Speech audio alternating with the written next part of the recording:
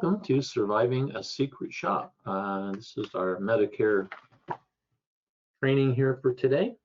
This is Trainer David, still operating out of my secret Pacific Northwest location. Okay, I'm still in my basement at home, again, doing all the training. Today's topic, though, is going to be about compliance. Okay, making sure that we do everything compliantly and are able to stay out of trouble. So here's our agenda for the next hour or so. I'd just like to let you know, in case you didn't know, I'm telling you now, CMS and the carriers both conduct secret shops. And by that, I mean, yes, they actually send people out. They'll call you on the phone, even make an appointment with you just to hear you and to make sure that you're following all the correct procedures. This is kind of our third tier of Medicare training offered here at AHCP. What you learned in Medicare 101 and AHIP and the carrier certs. This is all going to be somewhat of a repeat of that, but it doesn't matter whether you're doing face-to-face or over the telephone. These are the kind of things that Medicare and the carriers are looking for coming out of their agents. So through my experience as an agent and a sales trainer, along with the dozens of carrier trainings that I've attended, I've kind of put together this training webinar. This webinar is not really meant to scare you away from Medicare.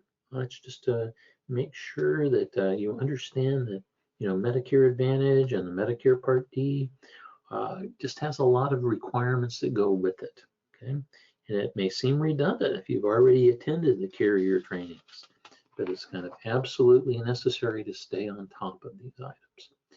Okay, at AHCP, we're committed to keeping our agents, well informed and well trained, and in good standing with CMS and in the Medicare carriers.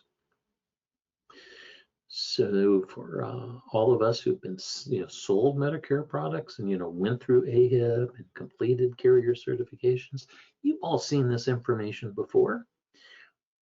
Now, I just have to point out that even the most experienced agents, including myself, have found themselves with an allegation. So why pass it? Well, who wants to get on their radar? Okay, so prepare yourself and gain those confidence.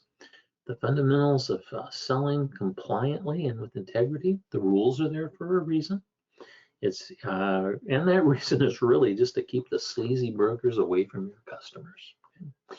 We're going to review some do's and don'ts. I'll give you some examples, and then we'll talk a little bit about what happens if you fail the secret shop or if you have an allegation. Okay, so for a few new brokers and agents, I'm going to bring this kind of boil it down to general terms. The first trainings we did, were all about what's an A, what's a B, what's this med sub, what's an advantage plan, and we got that coming up again. All that basic training. But we're a field marketing organization, so we're required to make sure that everybody is up on all of this stuff. And we want you to pass these and consistently, that is, pass a secret shop or anytime that you get one. So by the end of this training, you'll be able to, well, let's look at it this way. We're all business professionals, and relationship selling starts with integrity. So use that integrity along with the understanding the guidelines and become a better agent. Okay? By understanding the guidelines and what secret shoppers look for and where infractions start will prevent you from failing a secret shop. And finally, I want you to be able to recognize the do's and don'ts of selling Medicare products, and that alone should keep you compliant. So why pass the secret shop? Well, I've told you, like I said, nobody wants to get on their radar. But CMS does it, and it makes sense. Think of the market, how easy it can be to manipulate without any compliance and rules. Okay? Passing AHIP is one thing, but there are agents out there that go through AHIP, CMS, and carrier, training, and they do an online test. But occasionally they'll still show up. Okay. And for those of you who are planning educational events, okay, you can be pretty sure that somewhere in there will be a secret shopper. Okay, it's a confidence booster. I can't stress enough about how much that'll help you stay on top of your game. Okay, and of course we just don't want it to have the infractions or allegations. If I were to ask you, what can you do to improve your chances of passing a secret shop? Okay, what would you say? Stay compliant, okay, right? But how are you going to do that? For most of us, it's doing exactly what you have been doing. You'll find that complying with rules and regulations will encourage your customers to have confidence in you and the products that you've been offering, with your insurance business. Focusing on doing the right thing for your customer and conducting the entire sales process with integrity is a great place to start. So focus on integrity and the best interest of your customer. That'll get you most of the way. And the final steps will come from, following the sales criteria, on the Medicare plans. It's just important to be aware that there are certain issues that can significantly affect the outcome of your secret shop. So let's just kind of go over some do's and don'ts, okay? And then we'll go into some examples.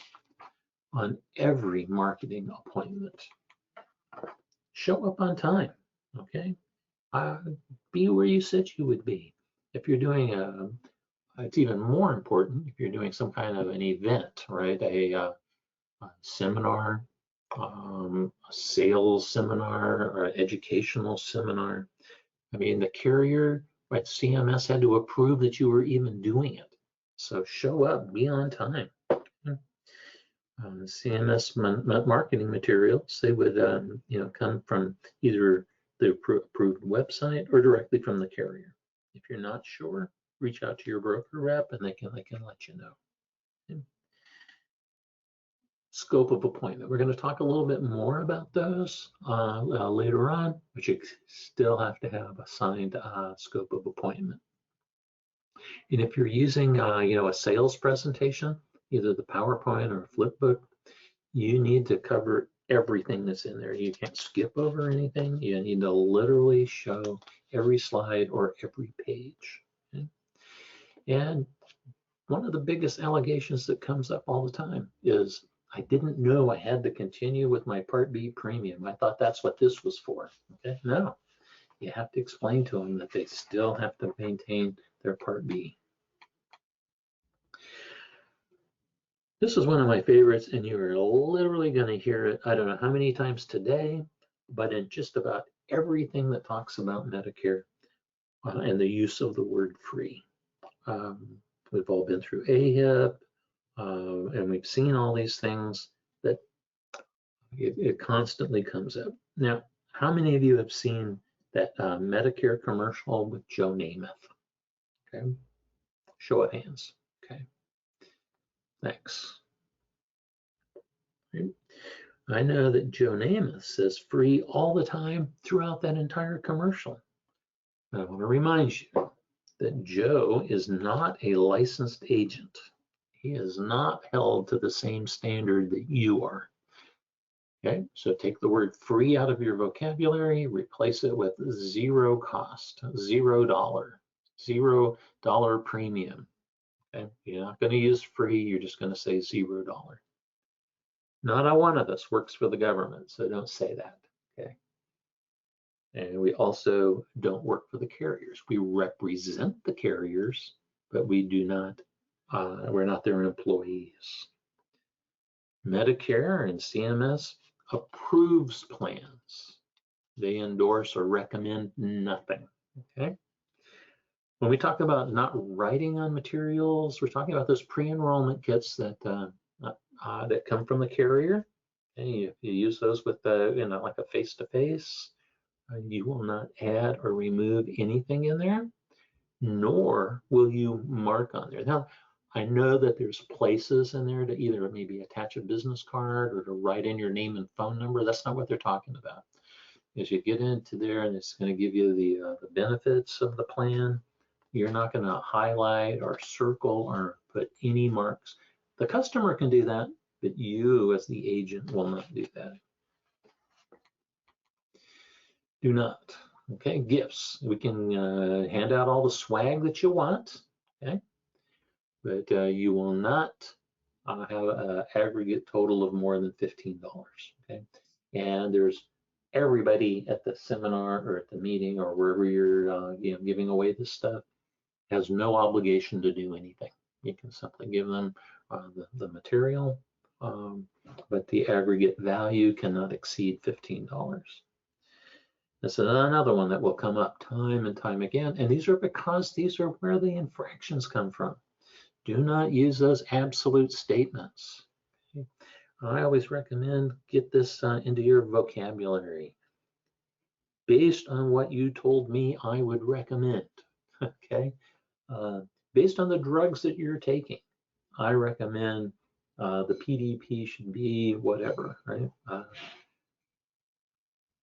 So that way, based on what you told me, this would be the best plan for you.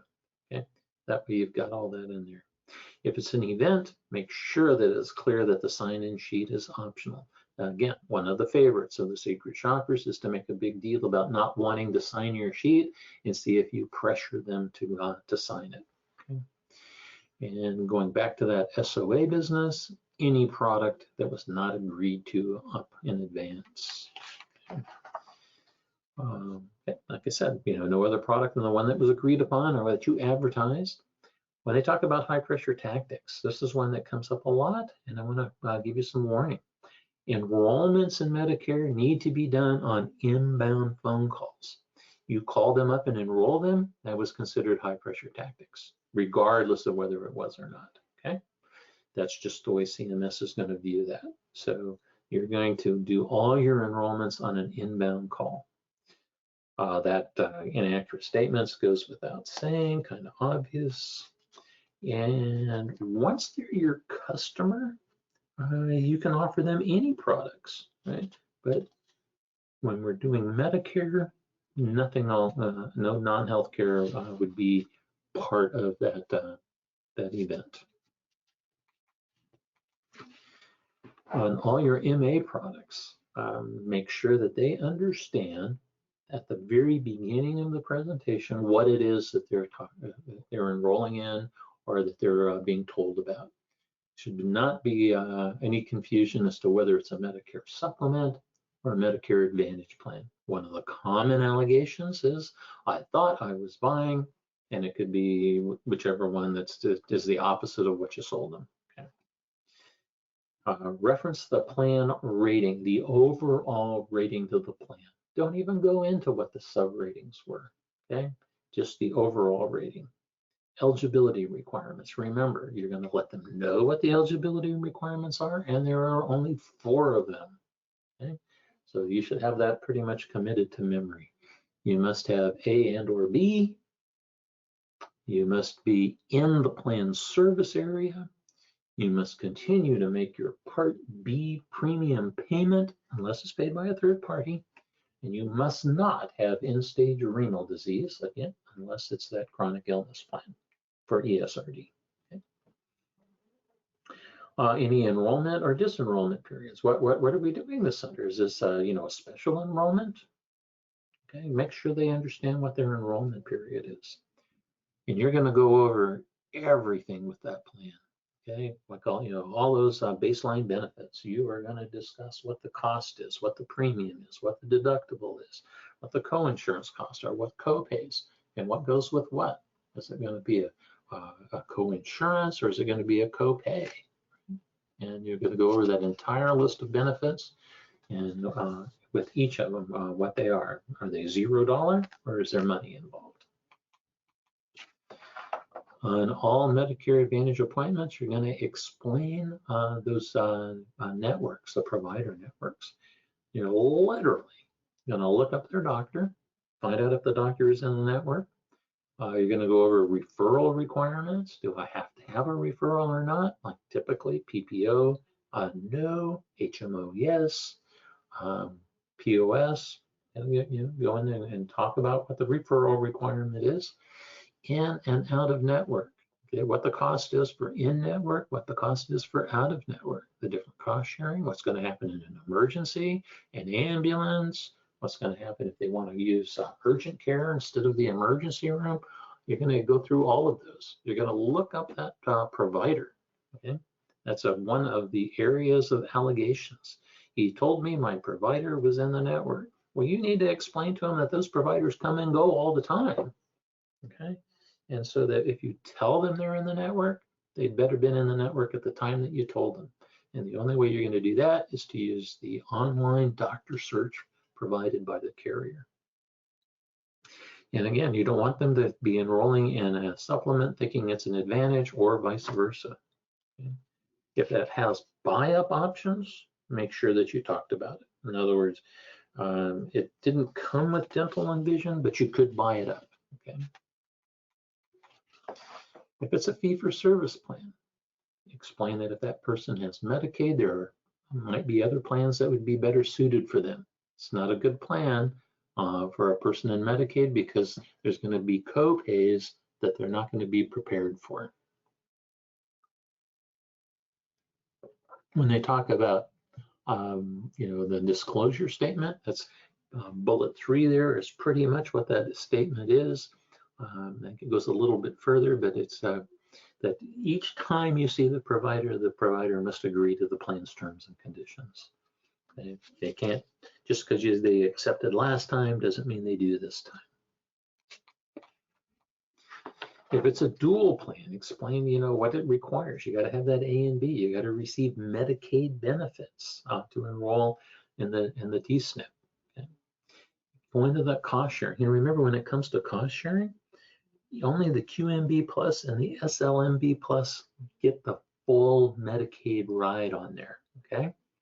Because that was, a qualified Medicare beneficiary plus Medicaid, or a specified low-income Medicare beneficiary plus Medicaid.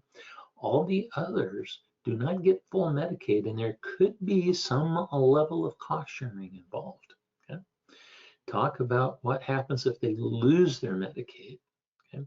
And what's the process for disenrollment, and what are their options? I mean, automatically they get an SEP to enroll in a new plan.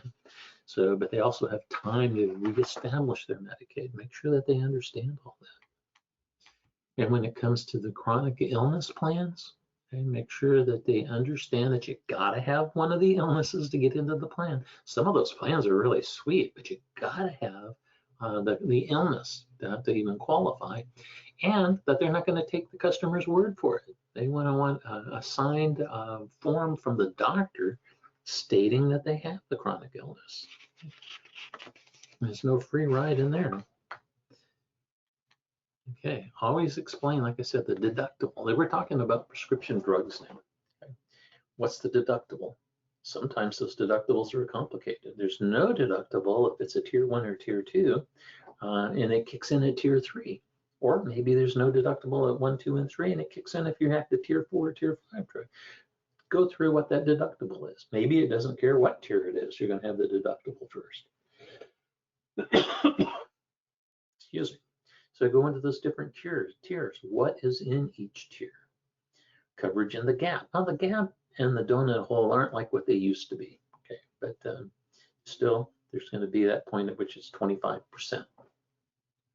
Formularies, go in. You are literally going to look up every drug in the formulary to see and how that particular prescription is going to be covered. Okay, this is another secret shop area, so I'm going to give you the heads up on that. They're going to call in and they're going to ask you, to look up drugs and find out, if they're in the formulary or not. And then they're going to want you to explain how the pharmacies work. Because it can be one of 3 things. It can be not in the network, it can be a standard pharmacy, or it can be a preferred pharmacies. The cost for the customer will be different in all 3 of those, and you need to make sure that they understand that. Yeah, this is going back to that Part D, and this is where they like to hit you up on the secret shop. You know, the phone call usually goes something like this: "Hey, do you cover the handle the XYZ prescription drug plan?" And you say, "Yes, I do." Thinking, "All right, here comes an easy sale." And they say, "Well, I've been looking at that, and can you tell me how it covers, whether or not it covers, you know, my prescriptions?" And then they'll rattle off maybe, you know, 4 prescriptions. And out of those 4 prescriptions, one will say it has you know, a prior authorization. One will say that it needs step therapy. One will just be a tier 2, and one will not be listed in the formulary. And so what you're expected is to explain prior authorization, step therapy, what's the exception procedure, how that drug, even though it's not in the formulary, would be covered during the transition, and if any quantity limits applied, what they were. So just keep those all in mind, and you'll recognize that secret shop the moment it happens. Trainer David told me to look out for this, and here it is. So just calmly look everything up and explain what the situation is. You want to avoid these kind of mishaps. These are ones that come up all the time. And so we've discussed, you know, use approved marketing materials and the prohibited activities. We're aware of the need of the SOA and the rules regarding gifts. You know, we understand that secret shoppers attend marketing events and educational events. And I'm confident that you are, you know, the more prepared. But let me go over a few situations, you know, regarding actual customer allocations to avoid. And then we'll go into a few more common secret, you know, some more common examples. Now, most allegations come from misquotations, okay, especially when there's an unexpected cost, a deductible, co-insurance, a co-payment, you misquoted a specific benefit, or something about the SOA. Just remember that when they call in and they talk to the either Medicare, because they've called Medicare, or the carrier's throwing you under the bus. It is your fault. You're the agent. The agent should have discussed that with you. Okay? So they're going to blame it on you. And so you just need to make sure that you kept records of all of this. Doctors use the plan website to confirm the doctor's in the network, and make sure you check the specific plan, okay, before you confirm that it's in the network. Make sure you clearly explain what happens if you go out of network, and you know, and it's just kind of how that plan works. Don't say that because it's a PPO, if you go out of network, you're covered.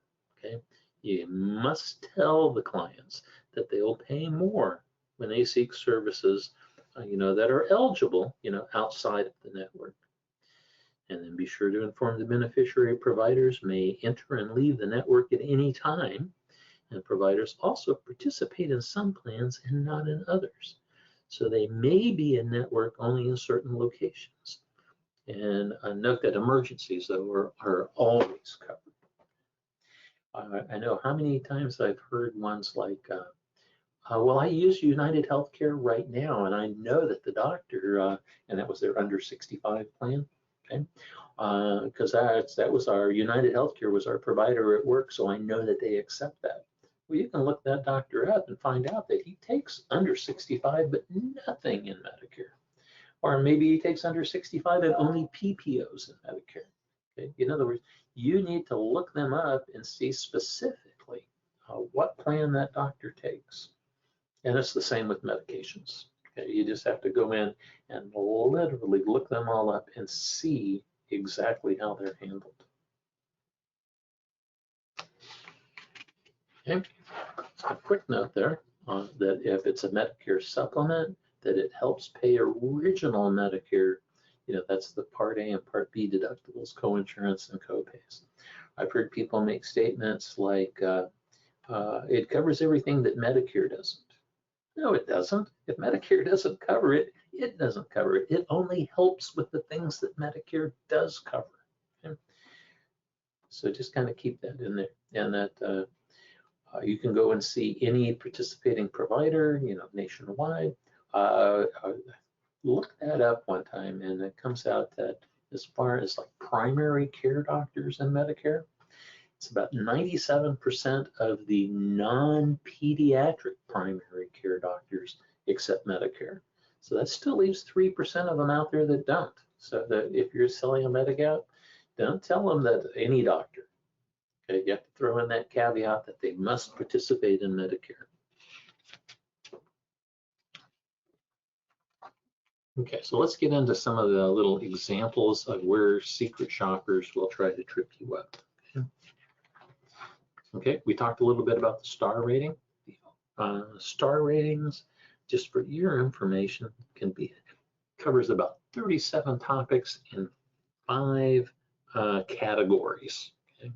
So there can be all kinds of ratings that they can get for those 5 categories. The only one that matters is the overall rating. So that's the only one that you're ever going to want to quote, is that overall rating. And they may even specifically ask you what the rating is. Okay, so you want to be sure that you give them the correct answer there. I talked a little bit about having an event. They want to see a sign-in sheet that kind of looks like this one. Okay, here's your sign-in, and in big red letters, top and bottom, it says optional. Okay? And the secret shopper will make a big deal about not wanting to sign that, and they're looking to see if anybody in the organization provides any kind of pressure to go ahead and sign it. So you want to make sure that none of that happens. Use of superlatives. We've talked about that, and we will again and again. We're not going to say that is the best, the network is the largest. We can use phrases like among the best, one of the largest. But my favorite is to use the qualified statement. Based on what you told me, this would be the best prescription drug plan for you. Okay? Just something like that. Okay? Eligibility. Again, we're going to talk about and make sure that they know what the eligibility requirements are. And these are the 4 requirements. It's not going to change. Entitled to A and or B. Live in the service area. That you must continue to pay your Part B premium, unless, of course, it's paid by Medicaid, a third party, and that you did not have ESRD. Okay, so you just have to make sure that that's discussed with each time. You need to look at these enrollment periods and let them know what their enrollment is. Is this the annual enrollment? No, October 15th through December 7th. Is this their initial one? They just turned 65. Or maybe they turned 65 a couple years ago, stayed in the plan at work, and now they're doing their initial enrollment. Okay, so there's a distinction there. Is it a special enrollment? Is it that one in January, right? January through March 30th, the Medicare Advantage open enrollment period? Or is it the Medicare Advantage disenrollment period? So you just need to let them know, what's available and what they can do. Okay, we talked a little bit about this, but this is such a big point in the secret shoppers, so that they want to hear these words. Okay, step therapy. If it's an expensive drug, you're required to try a less costly but equally effective drug first. Okay, transition process. Sometime in your first 90 days, you can get a 30-day fill of a non-formulary drug. Okay? And the exception process. You can tell them that if that drug is not in the formulary, that they can ask for an exception, but you need to make sure that they understand that an exception is not guaranteed, and that when they do make the exception, it typically comes in at a tier 4. Okay, so now, if it was a $500 drug and suddenly becomes a $100 drug, okay, that's a win. These are just some prohibited and accepted practices. A little bit of a repeat of some of the earlier stuff, but it's just in another format here. That you will not do a lot of these. You won't lie about the plan. You won't claim that it's recommended or endorsed by Medicare. You won't use the word free. I mean, we've talked about these already. And you won't lead them to believe that you work for the government. Again, the use of superlatives. This third bullet comes up. If you are going to compare plans, you must have the full set of benefits for either plan setting in front of the customer. You cannot hand them a set of what your plan covers and compare them to something that is not written down in front of them. You just can't reference that. You just have to say you can only go over what you have, and if you want to make a comparison, you need to have the other documents there also. Okay, these are some things that you can do. Okay, you can state that it's approved to participate in a Medicare program. Okay, it's not, it's approved for Medicare, but it is not recommended or endorsed. Okay? So just keep that in mind. You can use that term Medicare approved to describe the benefits. You can do that. And you can use qualified superlatives, which is what we talked about a bit. I don't want to hear you guys make any of these statements. The government wants you to join this plan. No, the government doesn't care what plan you join. Okay, so don't even talk about that. I am certified by Medicare. No, you're not certified by Medicare. Okay? You may be certified by the carrier to sell the plan, but you're not certified by Medicare to sell anything. There are no limits on services. There's not a plan out there that doesn't limit some of the services. It's it's whatever Medicare covers. In other words, if Medicare doesn't cover it, they don't cover it. So there is a limit. Okay. If your doctor accepts Medicare, she accepts this plan. Well, if you're talking about an Advantage plan, unless you look that doctor up, you don't know that. Okay. It's better to choose a different company if you're sick. I'm not sure where that one comes from, but there's that. This plan covers all drugs and has no formulary restrictions. I wish that plan does not exist. There's a huge list of what Medicare approves, but there's not a formulary out there that has all of the Medicare approved drugs in it. Okay? They all place some kind of limitations on there. And this one's my favorite, number 4 here. If you don't like this plan, you can stop paying your premium and return to Medicare at any time. You're likely to find yourself removed from the carrier for saying that one. That is not true. There's a whole set of when you can and cannot leave the plan that you're in. And then when it comes to obtaining referrals, okay, your customers, you're always available to ask them for referrals. Okay? So you can ask them for names and addresses. And you can get phone numbers, but you're not supposed to ask for phone numbers specifically because you can't call them up. Okay?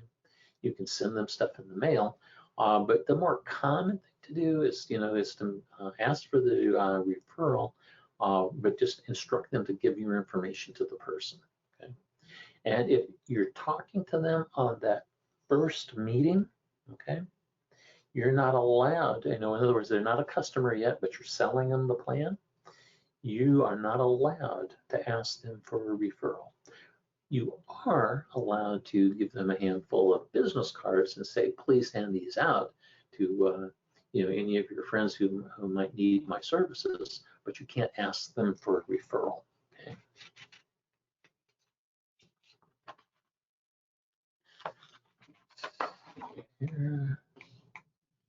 Okay, marketing representatives, no cash promotions, to your current customers for making referrals. You can give them thank yous if they did give you a referral, but the gift has to, no cash, and it has to be less than $15. Okay? And the letter sent from a marketing representative to members soliciting referrals cannot offer a gift in return for the lead. Okay, so you're not allowed to do that. Okay, so something went wrong. You didn't pass your secret shop, or maybe you got an allegation. Okay, somebody called in because they got that unexpected charge, and now you're being accused of something. Okay, so what happens? Well, first of all, I wish they'd let you know, but they don't. If you pass a secret shop, they don't tell you. It just came and went. But if you fail, they do. So, and then any agent who is engaged in misconduct that's been verified by the plan that they represent, they can get penalties. I mean, they can withhold your commission. They can require you to be retrained and recertified. If it's bad enough, they can report it to the State Department of Insurance, or they'll even terminate your contract. But responding to that infraction, I mean, once the carrier has alerted, either us or CMS of the infraction, you and your sales leader will be notified by email with what the infraction is, and as well as all the information provided by the carrier or CMS. Okay, you are literally have to respond to that within 1 business day. Okay, hopefully you'll get it on Friday, so you got the weekend, but you have to get back to them right away. And you're expected to respond to every question in the email. Now, if the question doesn't apply to your situation, you need to put in there that it doesn't apply to your situation, because they are looking to see that everything has been answered. Your response needs to be accurate and factual. You're going to go into your notes where you kept that list of doctors, you had that list of prescriptions and what you found and what you told the customer, what you discussed with the customer. You're going to pull all of that out of your CRM, where you kept all your notes, and be able to try to substantiate why you are innocent of whatever the charge is. Okay. My recommendation is going to be to get a recording on your phone. Yeah, I use Android, and there are literally dozens of apps available in the Play Store. Among the more popular are the Google Voice, Automatic Call Recorder, Truecaller, to name a few. If you're using Apple, I don't use Apple, but from what I have seen, it's kind of good luck. I'm not sure that Apple has made a recording for their phone, and I know that it's real difficult to get third-party software for Apple. So, okay. But here's the whole point. It is so much easier to respond to the carrier or CMS with a recording. At time 12, I told him that Dr. Smith was not in the network, and he agreed to change doctors. Okay, so I mean, it's hard to argue with that if you're the customer, right? And you just show that to CMS or show that back to the carrier, and you provide them with a copy of that recording, and it's all. I mean, you're good. Be sure that you do have a statement on there, like all calls are recorded for training purposes. Okay, just so that I don't know what states are, one-party consent and all that kind of stuff. Just make it very clear right up front that the call is being recorded. And then I want you to make that recording your friend, because it is going to save your butt. This way, when you do get that allegation, you're covered. I'm going to give you a few personal examples of how recording saved my butt. But like I said, the first thing you need to know, though, is that if the customer complains, the customer or CMS will throw you under the bus, and Medicare or the carrier will literally coach them into making that complaint. So here's a couple of examples of where the recorder saved my butt. I enrolled a customer into an MA only plan.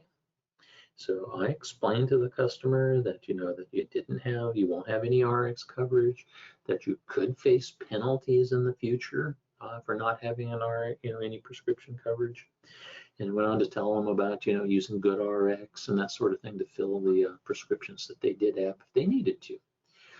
And they were in one of those areas that had just a couple of plans. They were very expensive, but the MA only was zero cost, and they were really concerned about what the doctor's cost and stuff was going to be more than they were with prescriptions. So I had the recording of me explaining all of that, and that I turned in. And of course, it was an unfounded allegation. But just as a point, I like to point out is that this particular one was done through Humana. And if any of you have done enrollments with Humana, you know that they have that voice option where they listen to all the pre-recorded stuff and just do their agreements over the phone and do their signature. And if they do have a question, they come out of the loop for of that pre-recorded stuff, and they'll talk to a customer service rep. And the customers, in this case, you can see that in the system that they came out of the recording and they talked to customer service, and then the plan was approved and I got my commission. However, I could see on there that customer service has spoken with them. And I pointed that out in my response to the allegation, that is who they talked to and is most likely where they heard that the prescriptions were covered, because that wasn't from me. Here's my recording. So saved my butt on that one. The other one that happened to me was I had a customer called in. They were new to Medicare, and they at the very beginning specifically asked for a plan that had transportation. So I looked through everything that was available where they lived. There was only one plan that contained transportation. And as we got into that plan, it turned out that their doctor did not accept that plan. So then we had a long discussion, again, on the recording, of what was more important, to be able to continue to see the same doctor or to have transportation provided to the doctor. And in the recording is them saying that to them, they would prefer a plan that had the doctor and the network over the plan that simply had transportation as the only feature that they were looking at. And so anyway, it had me answering all of that in there, the whole discussion over doctors and transportation, and emphasizing that this plan did not have the transportation you were looking for in it, and they enrolled in it anyway. So again, unfounded allegation. So the recording has saved my butt. I'm sure it would do the same for you. A little bit of wrap up here. I always like to say it's important to just follow the sales and compliance procedures at all times. If an infraction or allegation does come up and you followed all the compliance, you're protected. So maintain your proper documentation of beneficiary interactions. Store that in your either your quoted or whatever you're using. Okay, for your CMS tool. Keep a list of the items discussed during sales appointments, the providers, the medications, and anything specifically that they asked you about, or anything that you sent them or left behind. Okay, just make sure that it's all in there. Okay, and like I said, your integrity and your desire to do the right thing for your customer should be the most valuable tool. Okay. The last thing here I want to really make a point about here is that scope of appointment. Okay, and you still must complete that scope of appointment. Now, carriers have made it a little bit simpler in that and how we go about it. They haven't relieved us even into this COVID-19 and limited social interaction. They haven't dropped the requirement, but we're able to give it to them over the phone verbally, and then where they would have normally signed it, you're going to write in verbal authorization. Okay, so you're just going to write that where it says signature on there, and you're going to file it just like all the other rules that went along with the SOA. None of that's changed. except that you're able to take it verbally and write verbal authorization on there as to how you got the SOA. Now, I would like to do that also on that recorded line. Okay, so that also helps out. So I've got it on a recorded line that I said that. And then my favorite statement for an SOA goes like this. In your area, there are a wide variety of plans. I'll give you a brief description of each, and we can find what best fits your needs. Would that be okay? Now, I need a response there. Okay, I need that yes. Okay, and then you're going to start with Medicare Supplement and PDP, and then if that's not going to be what works, you're going to go on to Medicare Advantage. Okay, I think the CMS just likes to see that you offered the supplement first. And besides, it only takes a couple of minutes to determine whether or not that supplement's going to be too expensive for them. They may not want to spend that kind of money when their next door neighbor and friend had a zero cost Humana plan, right? So you just want to be sure that you offer both, and so that they understand what the options are. Now, this one surprises a lot of people, and it's important to follow the sales and compliance processes at all time. If an infraction or allegation comes up, and you follow it, you're all protected. But you have to give a full presentation. I mean, you are literally obligated, by having your license and your certifications, to give them that full presentation, even if they've told you that I'm shopping for somebody else and I don't have A and B or both. Okay, it doesn't relieve you of providing that. And then every presentation must be done completely. No shortcuts, no abridged versions. You have to give them the entire thing. And that is going to be one of the things secret shoppers are famous for. Now, okay, so one of the things that you can do is when they tell you that they don't have that, and you can ask them, was there something in particular you were interested in? Let me mail it out to you, and then we can discuss it when you're eligible. If they balk on that and still want that presentation, you have to give it to them, okay? Otherwise, you're going to fail your secret shop, and you're going to find yourself up in some retraining. So with that, happy selling, and that's all I've got for you here today.